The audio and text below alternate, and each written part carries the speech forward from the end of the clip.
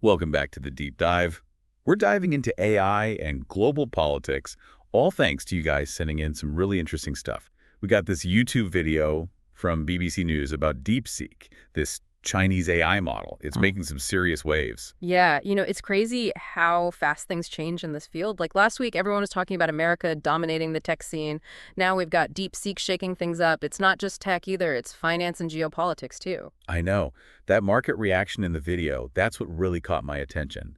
Microsoft, Google, OpenAI, these huge companies are suddenly facing a rival that says it can do the same stuff but way cheaper. Yeah, the markets are definitely freaking out a little, and for good reason.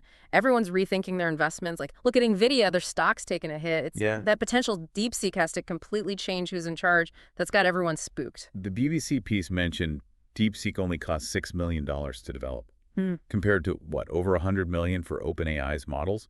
That's a huge difference. Is DeepSeek cutting corners, or did they just figure something out that no one else has? That $6 million figure, a lot of people are skeptical. It's probably a strategic number, meant to make a big impact. But even if we don't take it at face value, the fact that DeepSeek's open source, that changes things. Anyone can mess with the code. It could really even the playing field in AI development. Imagine a small startup or even just one person suddenly having access to cutting-edge AI without needing a ton of money. It's amazing. The BBC's AI and economics guys, Mark and Faisal, they were pretty surprised by how well DeepSeek is doing. Apparently, it's topping the App Store charts, even beating ChatGPT. That's got to be a wake-up call for the big guys. Oh, absolutely. This isn't just about who's got the coolest tech or the biggest market share. It's about who controls this game-changing technology, who gets to decide how it's developed and used. The video pointed out some interesting differences in how DeepSeek handles certain topics. It seems to avoid anything that the Chinese government might be sensitive about, like Tiananmen Square or Taiwan. Right, DeepSeek's got this kind of built-in tendency to stay away from those touchy subjects, which makes you think, right, how are these AI systems trained? And how much does politics influence their answers? It's a bit of a black box. They kept bringing up that Sputnik moment comparison in the video. DeepSeek coming onto the scene, it's like when the Soviets launched that first satellite. What makes that comparison so fitting? Well, think about it. Sputnik wasn't just a technology thing, it was a symbolic victory, a challenge to America's dominance. It freaked people out, made them rethink everything. DeepSeek is kind of like that. It's forcing the West, especially the US, to face reality. Technological innovation, it's not just a one-way street anymore. So it's not just about who has the best AI, but what that AI represents in the global power struggle. Exactly. DeepSeek was partly developed because of US export controls on those super powerful computer chips. It's a perfect example of how trying to hold back technology can actually backfire and spark innovation in unexpected places. It's like a technological arms race, but instead of nukes, it's AI. Yeah, that's a good way to put it. We're moving away from traditional military power and towards technological dominance. And AI, it's a key factor in all of it. Economics, national security, even soft power. That term soft power, it was actually coined by Joseph Nye. Really? I had no idea. Tell me more. It's all about the ability to influence people and perceptions globally, but not through force, through culture and ideas. Like think Hollywood movies, American music, or even just the idea of democracy and freedom. All soft power. And now AI is becoming a new tool in that game. So DeepSeek doing so well, it's not just a win for China in terms of tech. It's a way for them to show their influence to the whole world. Absolutely. It's a chance to flex their tech muscles and shape how the world sees them, what they can do, and what their plans might be. It's like a giant billboard saying, hey, everyone, look what we're capable of. The BBC video also mentioned how DeepSeek could impact jobs. Faisal, the economics editor, he had some pretty serious things to say about it, especially from people working in call centers. Yeah, the worries about AI replacing jobs, those are real. And while it's not necessarily a zero-sum game, new jobs will pop up as old ones disappear. But that transition, it's going to be rough, and we'll need to adjust as a society. What I found interesting was Faisal's point about how companies might influence AI development. He seemed worried that these AI systems could be used to push commercial agendas, especially through ads. That's definitely something to think about. Who really benefits from all this powerful AI? If it's all about profit, then ethics might get pushed aside. It's like what happened with search engines. The top results aren't always the best, just the ones someone paid to put there. Exactly. And that makes you wonder if AI will just make the power imbalances we already have even worse. More wealth and influence concentrated in the hands of a few, We need to make sure AI development benefits everyone, not just corporations. The experts in the video were also talking about the psychological side of things, how people react to these super smart AI systems. It's almost like you're building a relationship with a machine, isn't it? It is, kind of. And as we interact with these systems more and more, it brings up questions about privacy, consent, even manipulation. As AI gets better at sounding and acting human, it's easy to forget you're talking to a machine. So while AI has the potential to do amazing things, we have to watch out for the downsides too. Absolutely. We're entering a new era, and the line between humans and machines is getting blurry. It's exciting, but it's also a little scary. It requires our full attention. This deep dive has already got me thinking about AI's impact in the long run, beyond just the immediate economic and geopolitical stuff. That's so important. We can't just get caught up in the hype. We need to have these deeper discussions about what kind of future we want with this tech. And it can't just be the experts and politicians talking about it. Everyone needs to be involved. You got it. AI will affect everyone in some way, so everyone deserves a voice in how it's developed and how it fits into society. This deep dive is really showing how important it is to have a more democratic approach to governing AI. Couldn't agree more. The future of AI, it should be shaped by what humanity wants, not just the interests of a select few. This has been a whirlwind tour of just some of the big ideas in that BBC video on DeepSeek. We've covered a lot, but there's still so much more to explore. Yeah, in part two, we'll really dig into what DeepSeek can actually do. How does it compare to other models out there? What are the implications of it being open source? We'll get into all of that. So we talked about DeepSeek shaking things up in the market and globally, but what I'm curious about is what can DeepSeek actually do? The video didn't really get into specifics. Well, that's where things get really interesting. From what we've seen, DeepSeek seems to be right up there with the Western models in terms of what it can do. It can generate text, translate languages, write different kinds of creative content. Oh, and it can even answer your questions, even if they're super open-ended or weird. So basically ChatGPT, but from China. Not quite. There are some big differences. One thing is, DeepSeek is designed to be super efficient. Remember, they used fewer and less powerful chips than models like ChatGPT. That suggests they've made some real progress in terms of optimizing the algorithms and the training process. That's a big deal, right? If they can get similar results with less computing power, it makes AI development way more accessible. Exactly. It lowers the barrier to entry. Smaller companies, research institutions, even individuals could get involved in AI development. It could lead to like a huge explosion of innovation with new stuff coming from all over the place. They talked about this in the BBC piece, but I'm still not clear on the whole open source thing with DeepSeek. What does that actually mean? It means the code behind the model is out there for anyone to see. People can access it, change it, even build their own applications on top of it. It's like having a recipe. With closed source models like ChatGPT, you get the finished dish, but you don't know how they made it. With DeepSeek, you get the whole recipe. You can experiment and create your own versions. Wow, that's a huge difference. But doesn't that also mean people could use DeepSeek for, bad stuff? There's always that risk with open source technology. It democratizes access, which is great for innovation, but it also opens the door for misuse, like giving everyone a powerful tool but no instructions or safety warnings. The experts in the video, especially Faisal, seemed pretty worried about that. They were talking about DeepSeek being used for cyber attacks or to spread misinformation. Those are valid concerns. Imagine someone taking that open source code and tweaking it to create super convincing phishing emails or fake news articles that go viral on social media. It could be really damaging. That's a bit scary. So what can we do to prevent that? Well, it's tricky. We need to do a few things. On the technical side, we need better ways to detect AI-generated content and stronger cybersecurity measures.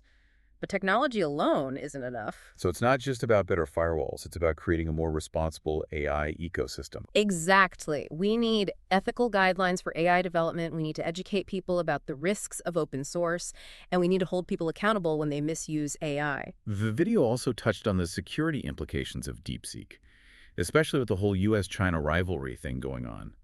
Some experts seem to think it could really change the balance of power. AI is becoming a strategic asset, a key factor in national security and economic competitiveness. And the fact that China has developed DeepSeek, a model that can compete with the best from the West, well, it's definitely making people nervous. It's like a new kind of arms race, but with algorithms and data instead of weapons. That's a great way to think about it. It shows how important it is for countries to work together and create rules around AI. Otherwise, things could get out of control. That's a sobering thought. But let's go back to the economic side of things for a minute. The BBC piece mentioned that DeepSeek's open-source nature and low development costs could disrupt the way companies like OpenAI and Google do business. How so? Well, imagine you're a company that spent tons of money developing a fancy AI model like ChatGPT. Your whole business is based on selling access to that model, charging subscriptions, or licensing it to other companies. Then DeepSeek comes along, offering similar stuff for free. It's a classic disruption scenario. So like what Napster did to the music industry, but for AI. Yeah, kind of. Yeah. And it makes you wonder, can these big companies compete with a free open source alternative? Will they have to change how they do business? Or will they try to shut DeepSeek down through legal or regulatory means? The BBC video seemed to suggest that DeepSeek might be a wake-up call for these companies. Maybe it'll push them to be more innovative and think harder about the ethical implications of their work. That's a good point. And it's not just about competition. Open source models like DeepSeek could make AI development more inclusive, allowing smaller players to contribute and challenge the dominance of the tech giants. That could lead to a more diverse and innovative AI landscape. One thing that really struck me in the video was how DeepSeek can learn and adapt. It's almost like it's developing its own mind, isn't it? Well, that's a common misunderstanding about AI. These systems can learn and change based on the data they're given, but they're not conscious or thinking independently like humans do. So it's not like they're going to suddenly wake up and take over the world. Haha, no. That's pure science fiction, at least for now. But the idea that AI could become more and more autonomous, that does bring up some serious ethical and philosophical questions. Like who's responsible for what AI does, right? Exactly. If an AI system makes a bad decision that hurts someone, who's to blame? The developer, the person using it. Those are tough questions we need to think about as AI keeps getting smarter. It sounds like the legal system will have to catch up. Oh, definitely. Our current laws and ethical guidelines weren't made for a world where machines can make decisions that have real-world consequences. So we're in uncharted territory here. We are. It's exciting and a little scary at the same time. AI has the potential to help us solve some of our biggest problems, but we have to be careful. We need to make sure its development is guided by ethical principles and a desire to do good. This deep dive is making me think about the long-term consequences of AI, not just the immediate effects. That's so important. We need to look beyond the hype and have real conversations about the kind of future we want with AI. And those conversations need to include everyone, not just the experts and the people in charge. Absolutely. AI will impact all of us, so everyone should have a say in how it develops and its place in society. This deep dive is really highlighting the need for a more democratic way of governing AI. Couldn't agree more. The future of AI should be shaped by what all of humanity wants, not just the interests of a few. Well, this has been a fascinating look at what DeepSeek can do and the implications of its open source nature. It feels like we've only scratched the surface. We have. And in part 3, we'll zoom out and look at the bigger picture. What does the rise of DeepSeek and all this AI competition mean for jobs, global power, and how our societies function? We'll dive into all that. So we've spent the last 2 parts really getting deep into DeepSeek, the market, what it can do, the whole open source thing. Yeah. But where does that leave us? What does it all mean? Well, that's the big question, isn't it? I mean, we've seen DeepSeek shaking things up, challenging the idea of who's leading the AI race. But this is bigger than one AI model or one country. You keep hearing that word crossroads, like from the experts in the video. Like this is a pivotal moment. We have to make choices about how we want AI to shape our future. It's a powerful image, isn't it? It's not like we're just watching this happen, this tech revolution. We have a say in it. The decisions we make now as individuals, as societies, as a global community, those decisions will shape AI and its impact on the world. So it's not just about the tech stuff. It's about having conversation about values, ethics. Yeah. What do we want this tech to achieve? Exactly. If we just focus on the technical side, on building more powerful AI, we might lose sight of the big picture. We need to ask ourselves, what are we trying to achieve with AI? What problems do we want it to solve? And maybe most importantly, what values do we want to build into these systems? Faisal, I think it was, one of the experts in the BBC piece, put it well. He said something like, we need to decide if AI will be a force for good, for progress, or a source of division and inequality. That's the heart of it, right? AI has this incredible potential. It could help us solve so many problems like climate change, diseases, poverty, but it could also make things worse, increase inequality, give more power to the few, and undermine democracy. The video brought up some of those potential downsides, like AI taking jobs, algorithms being biased, and AI being used for harmful things like cyber attacks or surveillance. Yeah, those are legitimate worries. But we also have to remember AI is a tool. And like any tool, it can be used for good or bad. It depends on who's using it and what they're trying to do. So how do we make sure AI is used for good? The experts mentioned things like regulations, oversight, ethical guidelines, and more public education. All those are important. We need strong rules about how AI is developed and used so they're in line with our values and are used safely and responsibly. We need to encourage ethical AI development, where companies and individuals focus on building systems that are fair, transparent, and accountable. And we need to teach people about AI, the good and the bad, and how to engage with this technology in a smart way. It's like we need a multi-pronged approach. Regulations from the top, activism from the bottom, and a big conversation across society about AI's role in our lives. I think you've got it. And it's not just about preventing the bad stuff, it's also about using AI's power for good. We need to invest in research, explore new ways to use AI that benefit society. We need to make sure everyone can be part of this AI revolution, not just a select few. And we need to think outside the box about how AI can solve some of the world's biggest problems. This deep dive has really opened my eyes. I feel like I've gone from barely understanding AI to really thinking about the big implications. It's exciting, but a little daunting too, to be honest. I get it, it's a lot to take in. But that's what's so fascinating about it. AI is making us ask these fundamental questions about ourselves, our values, what kind of world we want. It's a challenge, but it's also an incredible opportunity. So if you could leave our listeners with one last thought, what would it be? The future of AI, it's not set in stone. It's being shaped right now, and we all have a part in it. Stay informed, stay engaged, and don't be afraid to ask the big questions. What we do today will decide what kind of world we leave for future generations. Wow, that's powerful. Thanks for taking us on this deep dive. It's been a real eye-opener. It was my pleasure. And to all our listeners, thanks for joining us. We'll see you on the next deep dive.